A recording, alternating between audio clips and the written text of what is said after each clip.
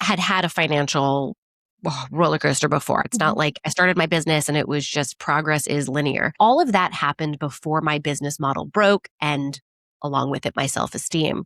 So what I used to say, and I still sort of say it, but it's I make money from lemons. So I guess you could say I was sort of in training to be resilient.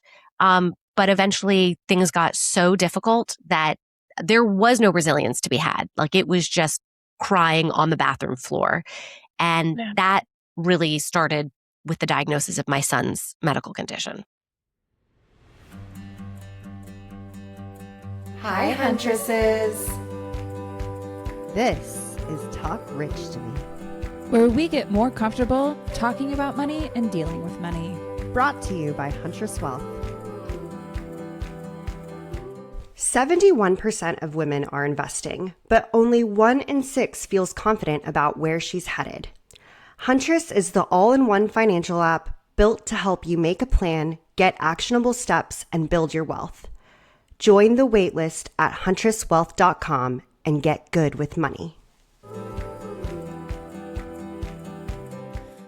I'm joined today by Claire Wasserman, who is the owner of Ladies Get Paid. She does career and pay coaching, but she also has gone through her own financial experience that she recently shared publicly, where she went from having over $1 million in assets with her partner to a negative net worth.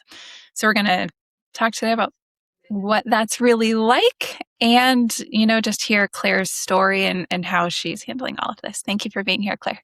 Oh my goodness. Thank you for having me. Before we get into kind of the roller coaster that you've been on, can you just give us the little glimpse of the past? Yeah. So I'll talk about the top of the roller coaster. I started my business, Ladies Get Paid, in 2016. It was for women who wanted to come together to talk about their relationship with money and work. It was purely events-based. We would host events all over the country every month, and we ended up with an 1,000-person conference. And our primary source of revenue came from brand sponsorships, and that's how we built up a 7-figure business. Pandemic happens. Obviously, everything changes. Our entire business model was broken. No more in-person events, no more brand dollars. And I had to learn, what is online marketing, right? I'm 39. But I act a little bit like a boomer. And I really struggled. I'm going to be honest. I had a very hard time wrapping my head around what is TikTok and if I should go on it. I started to reinvent myself, got that degree in financial psychology, became very interested in inner worth as much as outer worth, because what Ladies Get Paid really was based on was helping women get raises as a way of closing the wage gap. But I was evolving, we were evolving, and the world was evolving. And as I was struggling to figure out my new business model, we decided we're going to get pregnant anyway. But because I'm a lesbian, we got to pay for that, right? Sperm does not come free. And ended up spending about $25,000 to get pregnant. But it put us into a bit of a precarious financial situation. Fingers crossed, nothing worse can happen. Well, a lot of worse things happened after that. So you did get pregnant. It was twins. What happened from there? Yeah. So the joke with the having twins is it is a 2-for-1 discount when you are doing fertility treatments. So even though we knew having 2 kids at once was going to be expensive and an expense that we were not totally prepared for, the prospect of having to get pregnant again via science, for lack of a better word, it did save some costs. So we were happy about twins. The twins are born, declared healthy. I actually had this unbelievable intuition when they pulled my son from me. It was a C-section. They pull him from me, and I turn to my wife and I say to her, he is not safe. I have chills when I think about it now. But they said, no, he's safe. Everything's fine. No. 24 hours later, a nurse during a routine checkup hears a murmur in his heart and calls the pediatrician, who says to us, don't worry, this is pretty standard. I have not seen surgery in more than 20 years of practice. I get a call an hour later, and it is, yes, this is a surgery situation, and we need to intubate him. And they took him away, and 7 days later, he was having open heart surgery. It was a 10-hour surgery, and he was on life support because of it. What could go wrong did go wrong. And it was, I would say, in a year and a half of hospitalizations, in and out. He was in the hospital for the first 3 months of his life, but then we brought him back because of extreme fentanyl withdrawal. His intestines were dying. He had gastro issues. I mean, it's just a cascade of conditions that come from the original diagnosis of congenital heart disease. He had another open heart surgery. He had multiple procedures. And of course, during this whole time, we have another newborn. Okay. We have another newborn because they're twins. And so my wife and I effectively divided up. My wife, Ashley, she was the hospital mommy, and I was the at-home mommy. And we do have some family in the area. We've got cousins, but they have lives, so they really couldn't help. And our parents live across the country. So we were really on our own. And this is where the debt accrued. We really could not work. We could not work. I mean, fortunately, we work for ourselves, so we at least had the option of flexibility. But I had not at that point created any kind of passive income. I mean, if I don't show up to lead, for example, a job search boot camp, it's not going to run. Like, there's no video for you to watch. It's got to be live. If I don't show up one-on-one to clients I coach, there's no business. And I had to make a decision. Do I go back to work? How much can I go back to work? And I did. I did run a job search boot camp 2 weeks after I gave birth with my son in the hospital on life support. I was in front of my web camera teaching. Very grateful for that experience, A, for the money, but B, it did give me a way to hold on to a shred of my identity outside of absolute devastation. But there was no time really to work. There just wasn't. And while we, of course, spent, our full deductible, we do have insurance through our company. Again, we pay for it, right? We are our own business owners. I think we ended up paying out of pocket at most $8,000, maybe $15,000. But insurance picked up the rest. However, they didn't want to pick it up. We got a bill for $1.5 million. We called the social worker at the hospital and we said, of course we can't pay this. And she said, I understand. I'm going to jump in and help.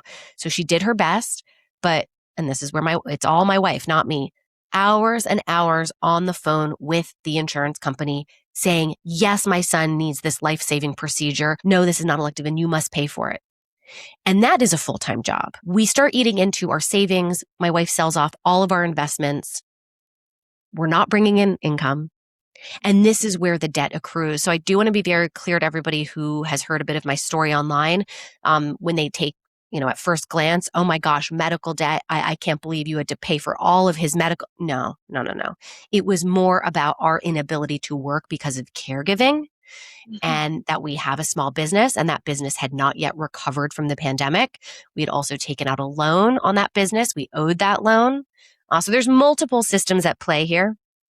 But I do want to be clear, insurance did pay. However, I got sick. And this is where I did have to start paying out of pocket for things. Versus pandemics kicking in and wiping this out. When were your children born? Our kids were born in 2024. Okay. And I really started struggling with the business in 2021. So I had a financial roller coaster before. I want to be clear. It's not like I started my business and it was just progress is linear. But eventually things got so difficult that there was no resilience to be had. Like, it was just crying on the bathroom floor. And that really started with the diagnosis of my son's medical condition. What point did it feel like the financial layer was heavier? Because I mean, caring for your son in the hospital, it's like, whatever, we'll figure out the money, right? Like, that's not the important part. Was it always there, or did it really creep in as the problem? Great question. When I think back to when my business model broke, what I was most devastated about that was not at all the money. It was that I had no definition anymore of what made me worthy. And it's not so much that the money itself defined my worth. I knew that if I produced an event and people showed up and they loved it and a brand paid for it, right? Okay, I am worthy. It was more the inability to do the work and being confused now about how to rebuild. And the fact that I was confused shocked me too. I've always sort of known what to do in my life. It's always been obvious what my next step is. I think because I've been so connected to my intuition. And then now, when it all fell apart all at once and right off, the heels of the highest I'd ever been, which was this book deal, that precipitous drop shocked my system. I mean, literally, it was a system. It was a nervous system problem, and I could not get out of bed. So I had a deep depression, ended up becoming medicated for it.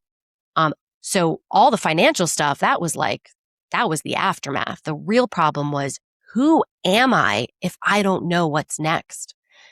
Now, getting pregnant, I want to mention, I was nauseous and throwing up every single day for 9 months. So while I was trying to rebuild my business, I would say I had a chronic illness, and was, fingers crossed, really hoping I was going to be able to figure it out post-birth, right? I'm laughing because it's like the pressure, the enormous pressure I put on myself. Part of it financial, was very worried about our money for sure. Also with the impending, twins. My God, how are we going to afford this?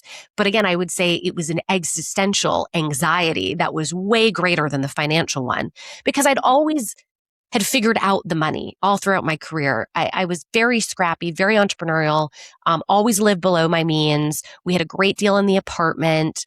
If I desperately needed to, ask my family for help, they could do it, right? So I felt like the safety net would appear if we needed it. But again, just my inability to work was what was most disturbing to me. Yeah. And then with my son in the hospital, me caring for the newborn, the numbers, I mean, when we got that $1.5 million bill, that was probably when I really got scared, because it was seeing the math just visually, that on a piece of paper, $1.5 million. And I said, we're buried. Our life is ruined. Yeah. And of course, my wife immediately says, Claire, this is not what we're actually paying. I think this was even sent to us by a mistake, right? But it did wake me up to the reality of what was not in our bank account. And also that this was going to take years of recovery. Whereas all my other, missteps and all the other problems I'd had before, it felt like, okay, we can figure this out in a couple of months. Like the comeback time was fast before, or I had the energy to at least, tackle it in a way that felt fast. This was the first time that I felt defeated. Yeah. And I ended up having a manic episode. I completely disassociated and ended up being diagnosed with bipolar 2, which was a diagnosis I had received probably a decade earlier, but really denied it. I thought it was not a good psychiatrist. He was a man. He didn't understand me. These are all the things I said, and had gone on and off medication. And I was off of it at that time.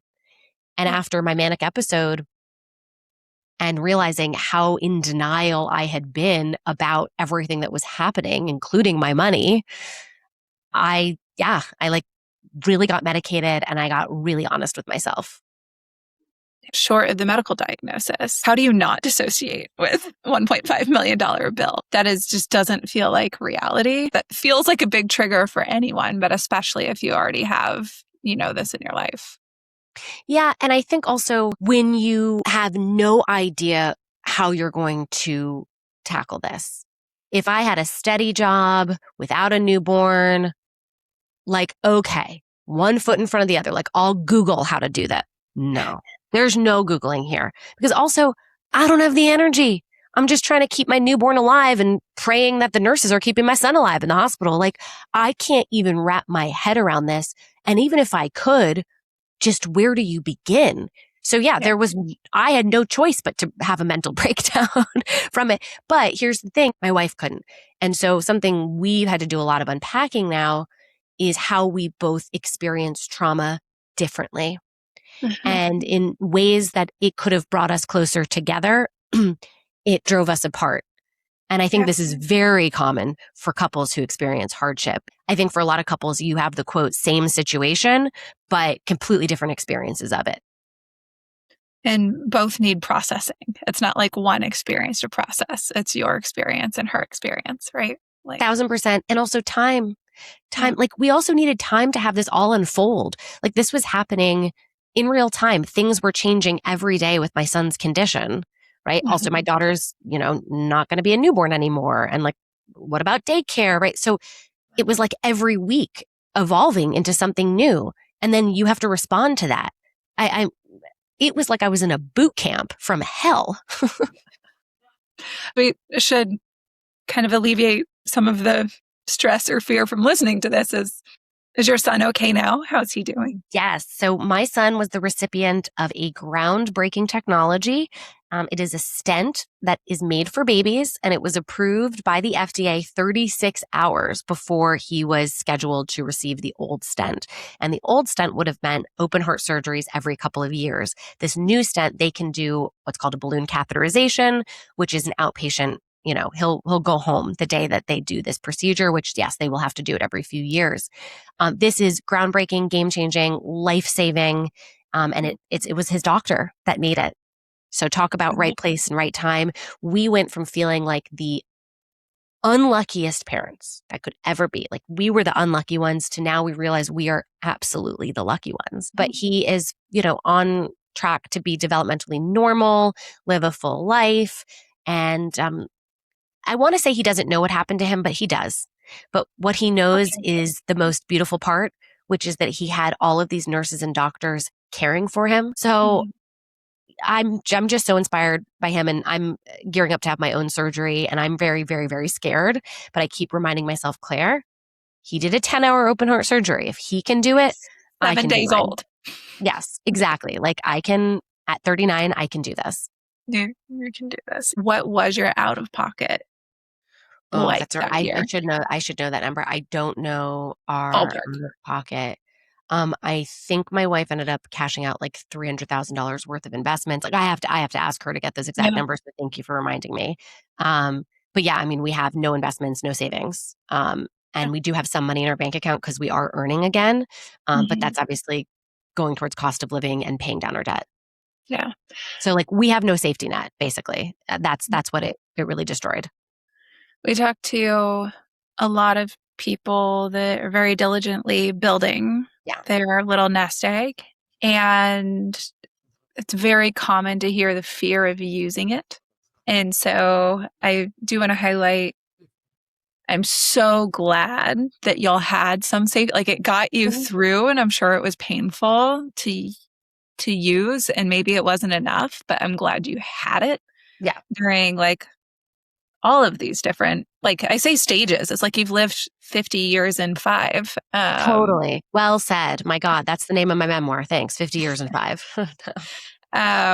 Were you seeing a therapist before the baby? I had seen a therapist specializing in internal family systems, which changed my life.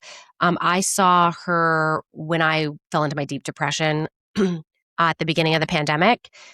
But she didn't take insurance, and that was pretty expensive. So I just did, maybe like 10 sessions, and then I couldn't see her anymore. But I felt like I got a lot out of it. Was not seeing a therapist throughout my pregnancy and did not have anyone to call when we got the diagnosis. It is, by the way, so friggin' hard to find, first of all, a good therapist, but second of all, a good therapist who takes your insurance. I've seen so many that just have not worked for me. And yeah, I'm currently paying out of pocket quite a bit of money for somebody who I do find to be helpful in a way that it's worth the price. The health journey has been hard. I mean, there was the mental health, but what's really contributing to my mental health these days is I have a chronic back condition that came from all of this stress. I have 2 herniated discs, and I'm getting a titanium plate put into my back because my back literally crumbled from all of this stress. I ground down so many teeth that I had to pay $20,000 out of pocket. I have dental insurance. If you really want to talk about insurance and get me on my soapbox, it is the dental insurance because that did not cover anything and I pay for it. So $20,000 to dental, and I get rejected all the time. That crown is unnecessary. I'm sorry, I'm not getting a crown for grill. It's not a grill. Okay. So there are so many claim rejections from insurance that honestly, I don't even fight anymore because I just don't have the energy. And it's like, add it to the tab at this point. If you're already this much in debt, and that's the thing that's rough is knowing that these insurance companies are getting away with charging you and you could fight it. But then you look at your debt and you go, is it even worth it? Like, what's an extra $1,500 on top of this money? So anyone who's been in debt knows what I'm talking about here. And I hope this is not so depressing that you've all turned off the podcast at this point. Thinking of the degree in financial psychology part. It's like debt is a tool. Debt does not have like good debt, bad debt, but there's the heavy interest rate and it does weigh on you. Like there is a cost to debt beyond the actual cost of debt. So I'm going to be very honest about my debt here. We did not tell our parents how much debt we were getting into. They were obviously suffering themselves from seeing their grandchild be on life support and their children, having to navigate it. They were very distressed. We didn't want to add to their distress. I imagine there's a lot of people listening and watching who totally get this. You don't want to be a burden to your parents emotionally or financially. I finally did share a bit of my number with my mom, and she was really upset. What made you decide to tell your mom? I don't remember why and when we decided to tell her. Maybe she just asked me point blank, finally. For me, my biggest issue actually has always been receiving help, or even just receiving money. I know I'm Ladies Get Paid and I'm, helping women negotiate their salaries. But in many ways, I've had difficulty accepting money from the Ladies Get Paid community. If it's a brand, big corporation, please, I will take money from you all day. But if it is an individual who comes to me who is suffering in some way, they need a job, they want a promotion, they want a raise, they want to start their business, I know how scary financially it can be to be in that position. And so while what I'm offering them brings in even more revenue, like they will get a return on their investment, and I believe in that, I have guilt about charging them more. I have since gotten over that. I want to be clear. I have gotten over that. And you know why I got over it? My own situation. I hit so rock bottom. I said, you know what? I have to really look at all of the ways that I have been socialized and just strip them apart bit by bit and find completely new ways of seeing them, seeing myself, and making a different decision that truly serves me. And what serves me doesn't have to be at the expense of another person. For example, if you pay me for coaching, it is an investment in yourself that you can feel full of pride of. And like, you're going to show up and do the work and get more results because of it. Versus if you don't pay much, you don't do the homework, you don't get the results. Like, it can be good to pay. Plus, I always do payment plans, very generous with those, because guess what? I've been the recipient of payment plans. You could always negotiate for payment plans. So that allows me to now feel more comfortable receiving. But this experience has really made me reckon with a lot of baggage I had in so many areas of my life. And so for that, I am grateful. And it's going to say, it's reckon with all of it, that like a lot of people don't have to face these things. Things like owning a business and deciding how much to charge. Right? These are almost all like badges to earn, right? Oh my God. Like maybe they're badges you don't want. The world's worst prizes is figuring out how to negotiate a $1.5 million medical bill. But these are skills that you've learned. Are you thinking about taking these as a part of your coaching business? 1,000%. I mean, I also am finishing up a degree in nervous system regulation because of all of my health issues. I realized I was not processing somatically a lot of the stuff I was experiencing. Like, I was just trying to meet it intellectually. And I do think a lot of the things that we go through in life, like people pleasing, perfectionism, inability to set boundaries, all that, there's actually a physical component of it that we need to work through. So I've become very curious, first and foremost. How did I get here? How do I get through it? Yeah. And this is probably me trying to make meaning of suffering because it's the only way that I can keep going. But I've got to believe that the universe gave this to me so that I can help others. I think my hugest takeaway from all of this, because I've had a lot of takeaways and I'm sharing them on my Instagram, Claire Gets Paid, so go check that out. But I think all of the things I've learned ladders back to connection, connecting to ourselves underneath the layers of socialization and connecting to others, right? Even just the vulnerability of sharing my truth online. I've had thousands of people now share their truth. And we really see each other, not our posturing and our performing, but like what is actually in our hearts and our souls. Like, it is very deep now. And that's amazing. That's amazing. And of course, I've got to bring this into my coaching. I mean, right after our podcast, I'm going to be redoing my website for speaking engagements, right? I have a whole new keynote now. And, it's interesting to build this while I'm still in it, right? There's no silver lining or tidy bow. Oh, I went through this, but now I'm a multimillionaire again. I have faith that I will get there. I absolutely do. My joke is that I'm a pretty cockroach. Okay. You cannot kill me, but I don't want this to be a sort of rags to riches situation. Like, because ultimately, is it really about the money? No, it's about what the money affords you. It's about what the money makes you feel. And I'm going to be honest, when I was, quote, really successful, I was so mean to myself. I would freak out about any spelling error or grammar mistake I might put in my email. And then I would catastrophize. Claire, you shouldn't even do this work. You call yourself a writer. I mean, so mean to myself. Can you be mean to yourself while you're going through the apocalypse?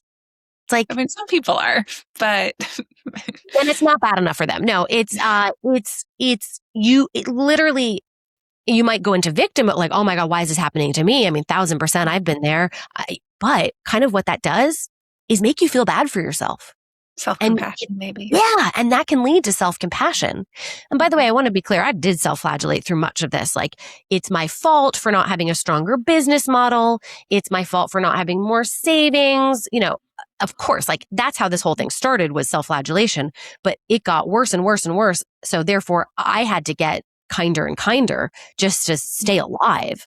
So I feel like I went through some kind of Rubicon, and I don't know exactly what's on the other side, but I'm peeking at it a little bit and I can't wait for what's next. One of the things you shared when you did start talking about this openly on Instagram is something along the lines of, you're going to talk about it, but you've been keeping it quiet because of the guilt of like being on food stamps and helping other people, like coaching people on their money. How did you come to the decision to talk about it? Yeah, I think shame came from every time I was coaching or on stage, and I felt like I had to pretzel myself into a really put together version. I do know what I'm talking about. I'm a great coach, like all of that. But then when I get off these calls or walk off the stage, I'm a mess. I'm an emotional wreck. My bank account's a wreck. My marriage, I mean, we're working through it and we're going to be fine. But to feel like I'm falling apart in so many areas and then I can't be that way publicly, that cognitive dissonance, I mean, it was really weighing on me. And the thing I had to figure out was, does being a mess make me less credible? Like, this put together version, is that now a lie? And the answer is no. They both are true. And in fact, for all of us, many things are true about ourselves and about life. And they don't need to contradict each other at all, actually. And what changed was I really had to start posting on Instagram for, I'll just say for work, for business. I really, I'd let it go dormant, and I had to get the Instagram engine going again. And I could not bring myself to do the videos that I thought I was supposed to do, which is these top tip videos. 5 things every interview candidate should know kind of stuff, right? And I was in a therapy session and I was just going on and on about, it makes me nauseous. Like, I'm going to vomit if I do these videos. And she was kind of like, then don't. Do something else. And I thought, gosh, what would that something else be? And so this part is very funny. I said, okay, I am going to share what I've gone through, which, by the way, I had written an article on Substack about this before. I already had some public attention, but it felt very different to do this on Instagram and to make it a video, like my face, my face out there. Personal. So this felt different. So this is the funny part. I did create a video, and this video was me holding up my laptop with a beautiful PowerPoint presentation that I made. It was like all the things I've learned from going broke. And I just can't bring myself to publish. The whole tone was off because that was the whole reason I was frustrated about making these top tip videos anyway. And kind of the shame that I'd been feeling was this disconnect between my private life and my public persona. And I thought, I've got to figure out a way to meld these two together where they don't contradict each other and I still feel whole, while also protecting something. And I said, I'm going to just film this again, and I'm going to do it while sitting on the freaking floor by my bed, and I'm going to speak from the heart. If I cry, I cry, but I don't want this to be a sad video. That was important to me. This is not like, oh, poor Claire. Oh my gosh. No. So I pretty quick in the video about, yes, this horrible thing happened in my life, But that's not what today is about. What today is about, here are the things that I learned, but I expressed it in a way that felt much more authentic to what my actual lived experience is right now. And it went viral, and AOC commented, and she writes, "Claire, what a brave and powerful testimony." And then shares her story about her father getting cancer and them going on food stamps. Like, I'm going to cry. This is, it's so many of our stories, and not exactly the same way, but we've all felt uncertainty. Or for many of us, and this could be those of you watching or listening, you are financially fine, but you're living in abject fear that you won't be. And I say to you, your fear is your reality. So you might as well go into debt.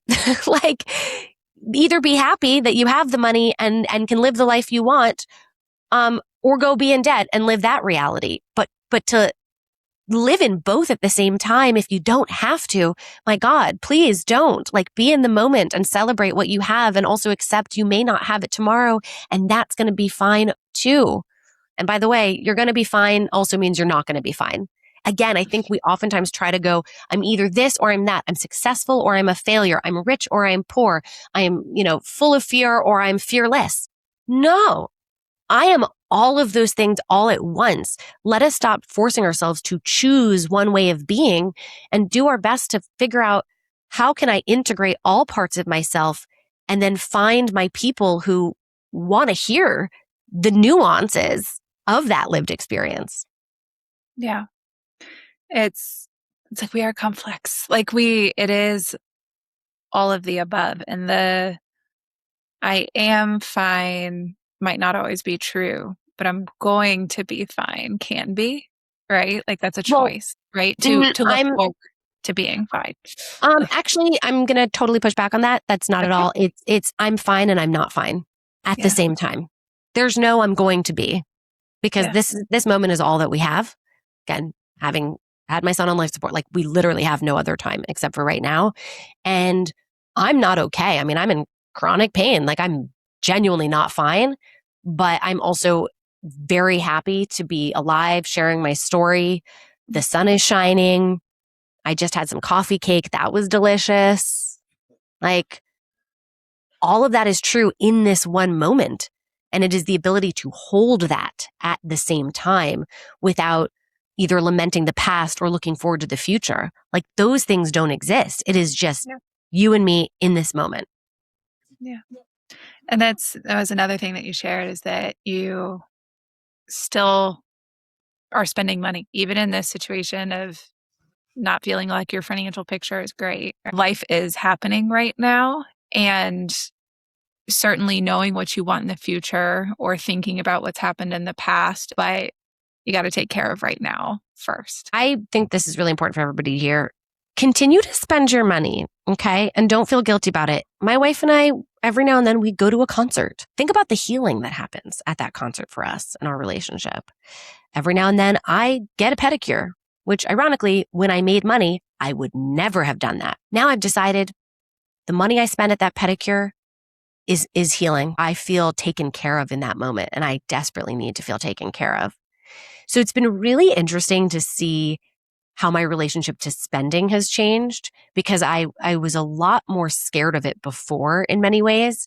But I want to be very clear here. We cut down on our expenses massively. We did take a fine-tooth comb and go through every single line item in our life, and then decided I am going to continue to spend on an expensive therapist and doing some more self-care things, because that is a priority in my life and I am at peace with it. And in fact, I take pride in being able to spend my money, because to me, it represents living my life in the way that I want to live. Yeah. We talk a lot about, like we say, we're beyond the budget, and that being detailed in the budget and being vigilant about your budget is a tool. Like, it's absolutely a tool to put to use when you need to use it. But broadly, we talk with people about knowing what are needs, knowing what are wants, and knowing what's going towards something else that's important to you, whether it's now or in the future. But I think it's the thing to recognize is that even the stuff we put in the wants bucket, some of that is values based, right? All of it. I mean, all of it. Like, all of it. It's easy to call something a want and live in that world where you call it a want. But when you're actually pressed to get down to your needs, like you will see what is a need. A pedicure can be a need. I mean, our line items have changed. Everything keeps shifting. And what's most important is that you keep asking yourself, is this aligned with who I am and what I need in this season of my life? If you ran into your 2018, 2019-year-old self, what wisdom would you give her? Get on TikTok. No, I'm just kidding.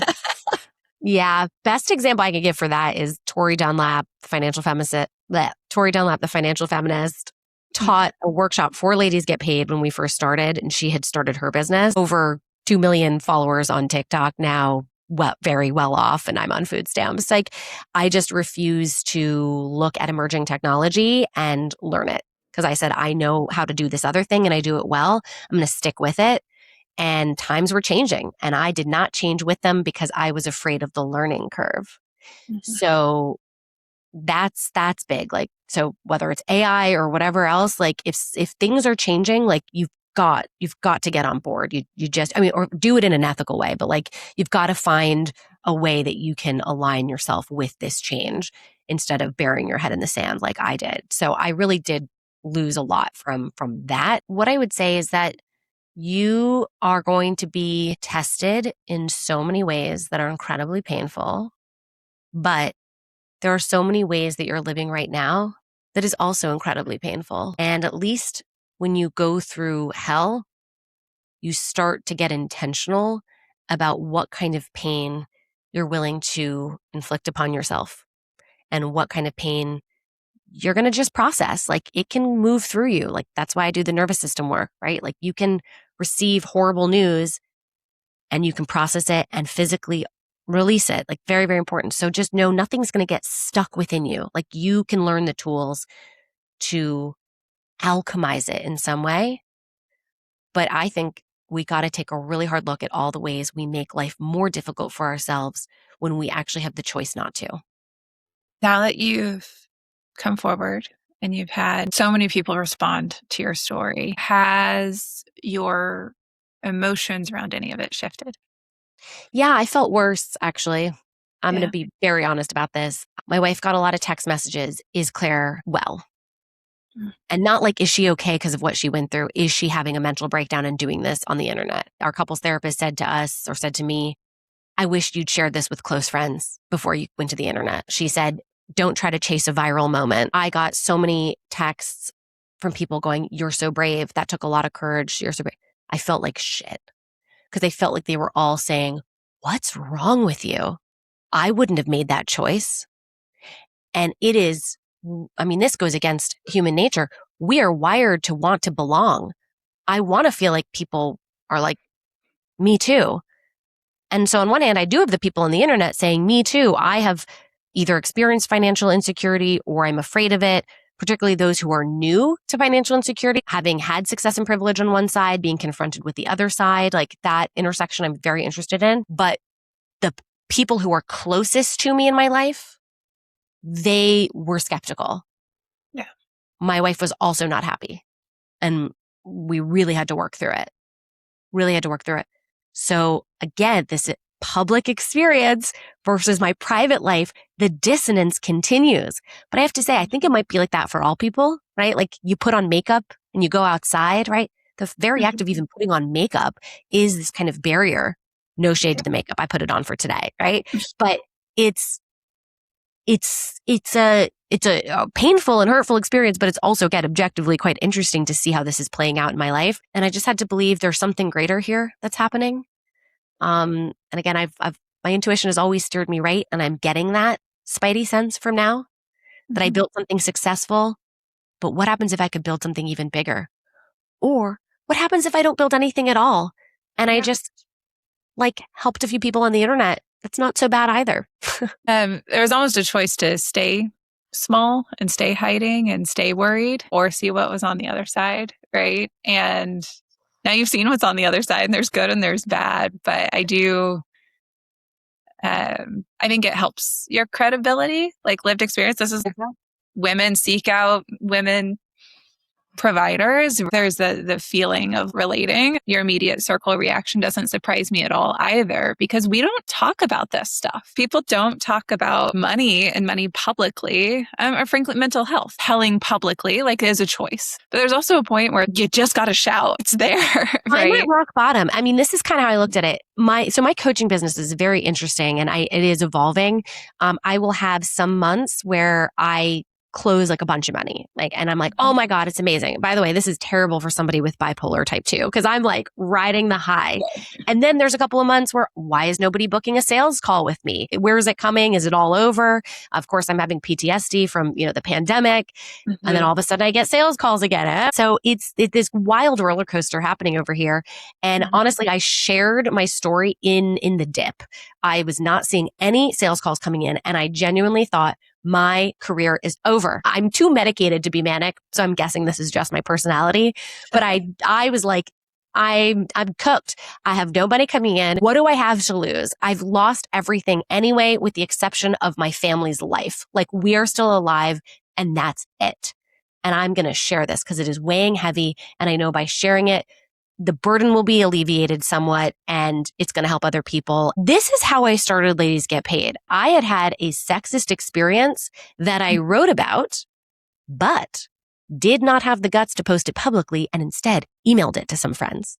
Because I thought to myself, if I speak about how women are objectified and what that does to our self-esteem and to our careers, I can't, if I shout that from the rooftops, like, I will not work again.